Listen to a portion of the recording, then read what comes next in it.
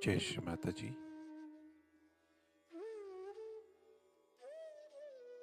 A very good morning to everyone.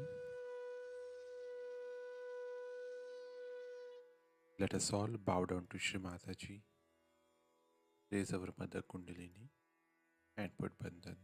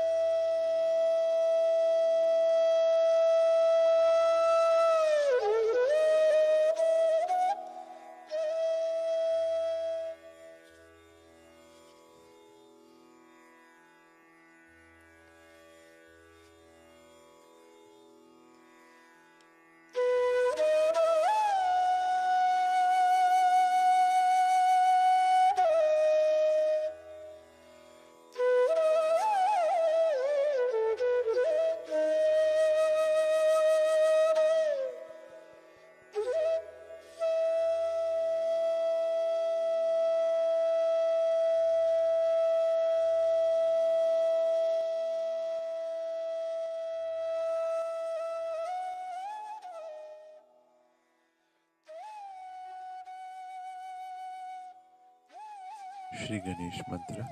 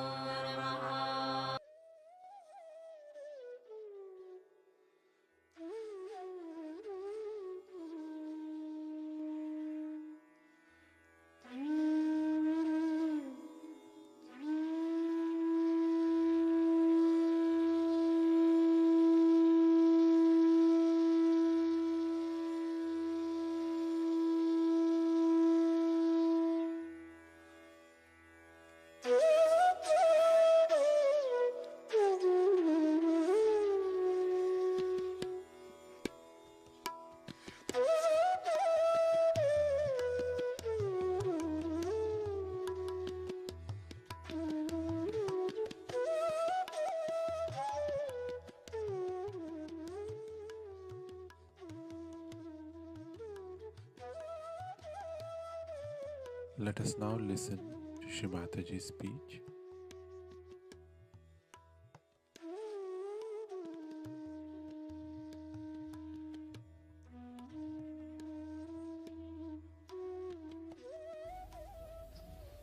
Today you have arranged this worship of your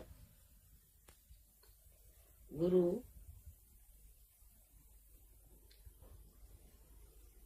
That is your mother. Perhaps you are very unique people that have a Guru who is a mother.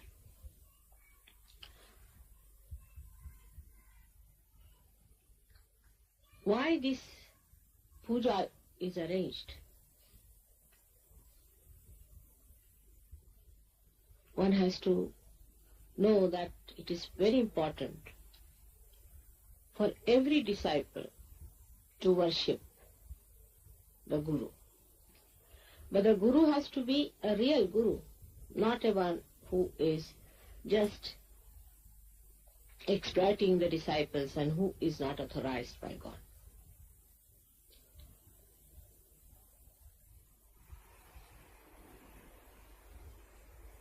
The puja is arranged because you have been initiated into the statutes of the Lord.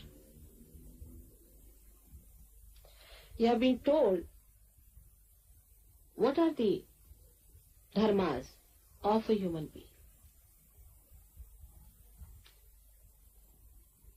For that, actually you need not have a guru. You can read any book and you will know what are the statutes of the Lord.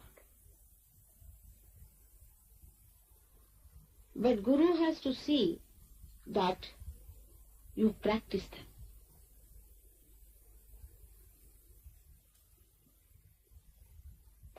These statutes are to be practiced, to be brought into your own life, which is a difficult thing. And without a Guru, a correcting force, it is very difficult to follow these statutes of Lord, because there is a gap between human awareness and divine awareness, a very big gap. And that gap can be only fulfilled by a Guru who himself is complete. Today is a Purnima day. Purnima means a complete moon. The Guru has to be a complete personality to talk about these statutes and to elevate his disciples to this level of understanding by which they imbibe those statutes. He is there to fulfill this gap.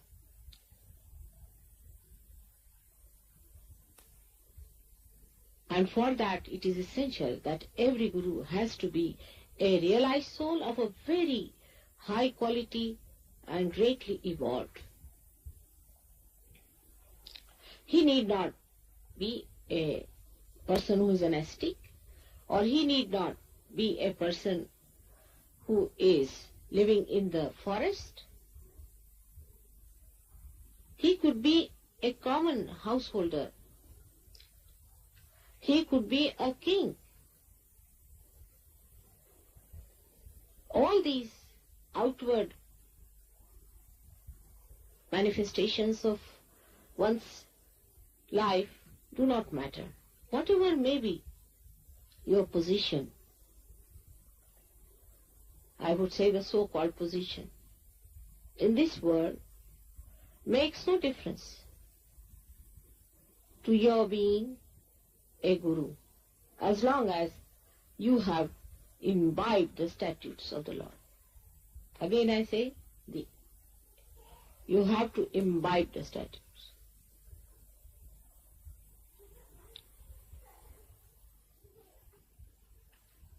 Let's see what are the statutes.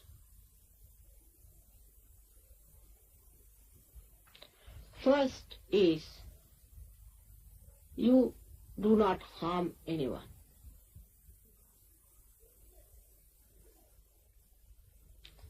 First principle is that we are not to harm anyone. Animals do harm without knowing that they are doing harm. If you go near a snake, he'll bite. If a scorpion is there, he can put his poison into your being. Animals are not to harm anyone. They can correct, but not harm. So the principle of not harming was taken to a very, very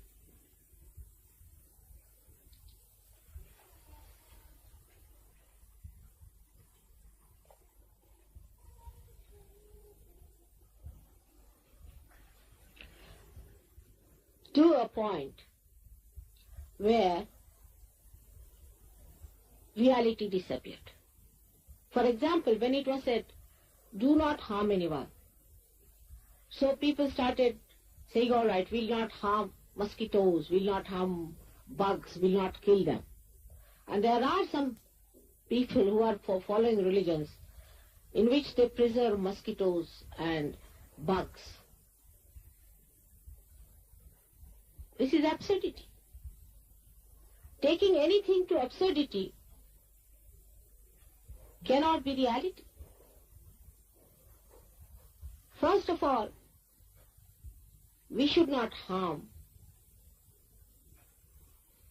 anyone who is walking in the path of God. The one who is a realized soul.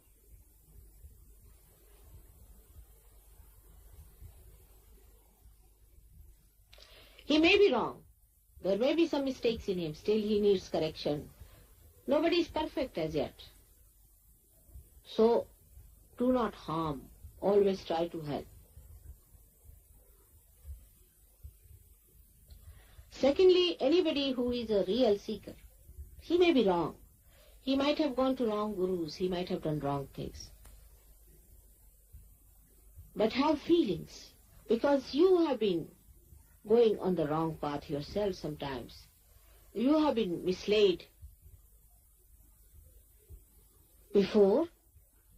So have more sympathies. That's why if you have done mistakes, in a way, it's good because you have more sympathies for such people. Then you are not to harm human beings in any way.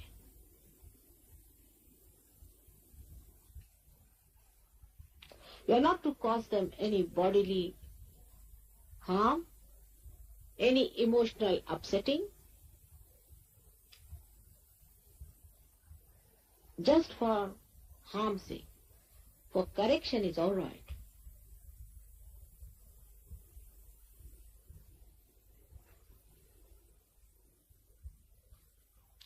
The second statute is that you have to stand on your own legs and know that you are here, one with the truth, the testimony. The testimony of the truth. That you have seen the truth. You know what truth is. And you cannot compromise with falsehood. You cannot. For that you need not harm anyone. You have to just profess it. You have to stand up and say that you have seen the truth and this is the truth, and you have to be one with it so that people see that light of truth in you and accept. It's not for telling others that you have to be truthful and this is the truth we have seen, that this is what God's laws are, how they work out. Through vibratory awareness we have been able to see this is the truth. But be completely confident about it. But for that, first of all, you must test yourself completely. Otherwise, you might be playing into the hands of ego. It happens with many people who start doing Sahaja Yoga to begin with. So be cautious. Be sure that you are telling the truth and nothing else, and that you have felt the truth in full ways. Those who have not felt any vibrations shouldn't talk of Sahaja Yoga at all. They have no authority.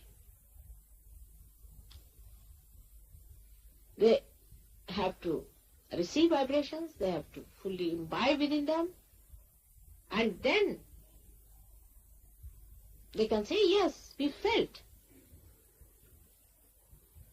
This is a very important task Sahaja Yogis have to do in these modern times, is to tell aloud that they have found the truth. That part is very weak. In whatever way you like, you can write books, you can announce it, you can talk to your friends, to your relations, and everywhere tell them this is the truth now, that you have entered into the kingdom of God, that you are blessed by the grace of God, that you are realized souls, that you have felt the divine power which is pervading everywhere, and that you can give realizations to others. This you have to tell others. And know that by your accepting truth, you are not adding anything to the truth, but you are adorning yourself. One requires courage to enjoy the truth. Sometimes people will laugh at you, will mock at you, may persecute also. But that should not be any worry to you, because your relationship is with the statutes and with the grace of God. When that is your connection, you should not worry about other people, what they have to say about it. You have to stand up, adorn yourself with that truth, and talk to people, that people will know that you have found it. With that authenticity with which you speak, people will know that you have found it. The difference between a realized soul and a non-realized soul is basically this. He doesn't talk of his woes and his separation with God, but he says, I have found it now. This is it. Like Christ said, I am the light, I am the path. Or anybody else can say that. But you can make out that it is not true. With the confidence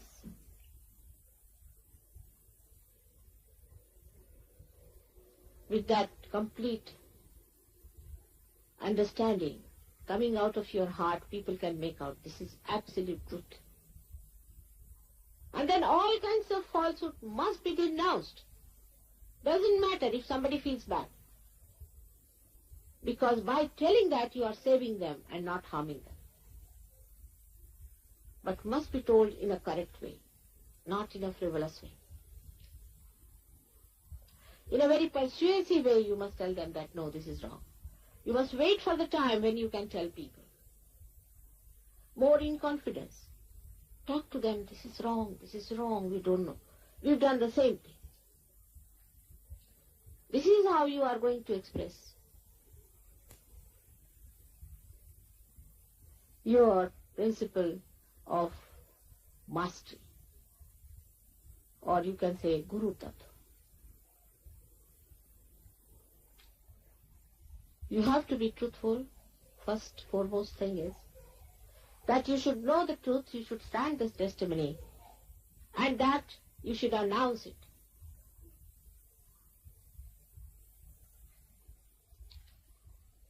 The third thing for a guru in Sahaja Yoga has to do is to develop detachment.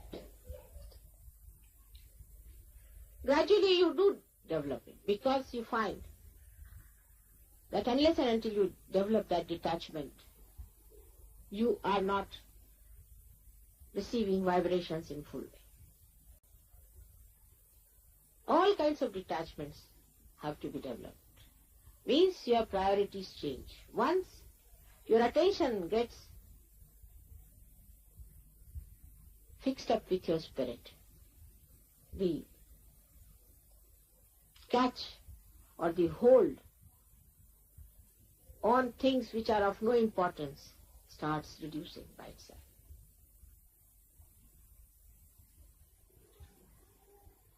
For example, you have a father, you have a mother, you have a sister. This is a bigger problem in India. Here you are over-detached. But in India, people are very much involved, their own children, in their own. This is my son, and others are all orphans. Only your sons are the real children. Your daughter, your sons. My daughter, I must do this for my son. For my father, mother, here also. Two types of attachments are there. One, through moha, through involvement into that you want to do this for them and that for them and give all the property to them, insurance for them, every sort of thing. And another could be the way we have here, that you hate your mother, you hate your father, you hate everyone. Both things are just the same. So a detachment must be developed. The detachment is that you are your father, you are your mother, you are everything. Your spirit is everything to you. You have to enjoy only your spirit as everything.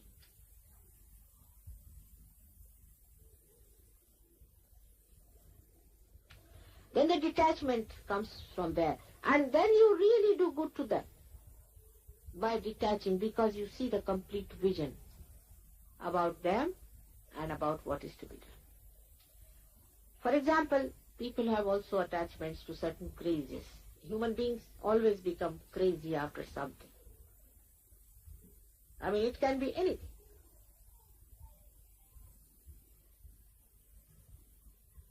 One has to understand there should be only one craze, is to be settled absolutely into your spirit. All other crazes will disappear, because that's the greatest joy-giving thing. That's the most nourishing thing. That's the most beautiful thing. So all other things fall off. You enjoy only that, which is the source of all enjoyment. So you get yourself attached to your spirit. Detachment starts working.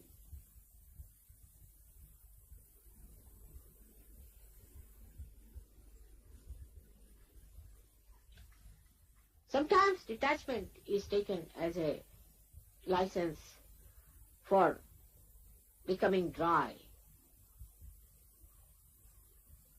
to others, which is absurd. This is only human quality also. Make everything ugly, whatever is beautiful.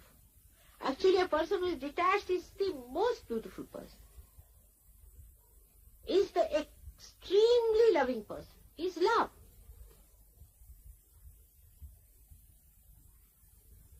Look at the flowers. They are detached. They are dying. Tomorrow they are not going to live, but every minute they live, they are emitting fragrance to you. The trees are not attached to it. They will die tomorrow. Doesn't matter. But anybody who comes to them, they give shadow. They give fruits.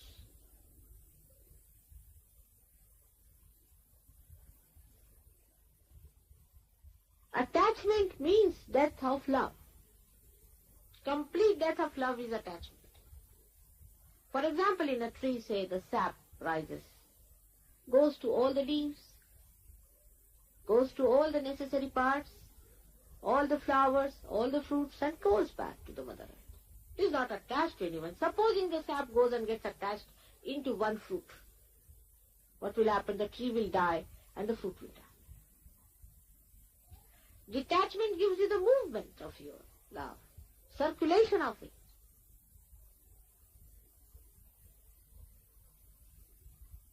For things now, things have no value unless and until there are emotions behind it. Now, for example, a sari, this one I am wearing today, was bought for Guru Day, Guru Purnima. But they had no sari. The other day they wanted to have a sari for puja, so I said, all right, use this. But I wore it again today just to say that this was bought with that emotion that on a Guru Day, mother would like to wear something of a lighter shade. White, the pure color of silk. Complete detachment. But in white, all the colors are mixed. Then only it becomes white. In such a balance and unity, it should be that you become white and whiter than snow. Detachment is purity, is innocence. Innocence is such a light, I tell you. Light that really blinds you to all that is filthy. You wouldn't even know that a person has come with bad intentions. You look at the person who says, somebody comes to you, you'll say, oh, come along, what do you want? You'll offer him tea and all that. And he'll say, I've come to rob you. All right, rob me if you want to. It's all right. He may not at all rob you.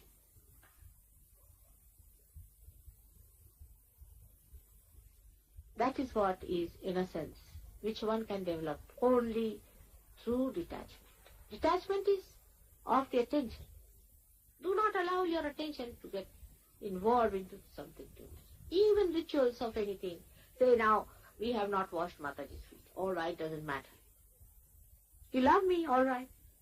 If some mistakes are committed, what does it matter? If you see on the abstract plane, it's love.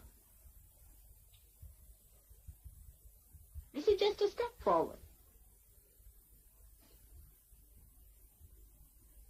Like somebody ran very fast and fell down before reaching me. Say, mother, sorry, I fell down before reaching you. I should not have done that. But see how I prostrated before you. Is complete poetry, detachment.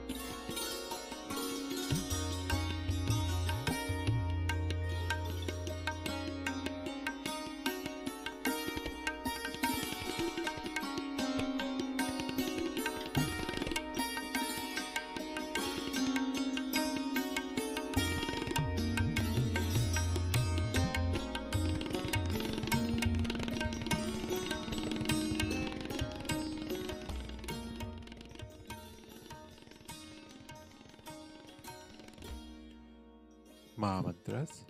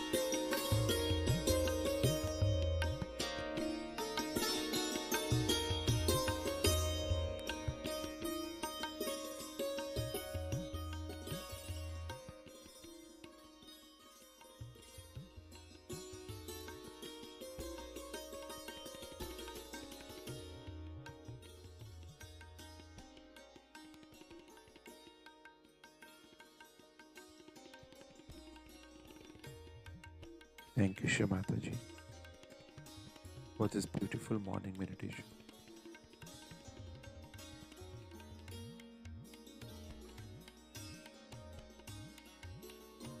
Let us all bow down to Shri Mataji. Raise our Mother Kundalini and put Bandhan.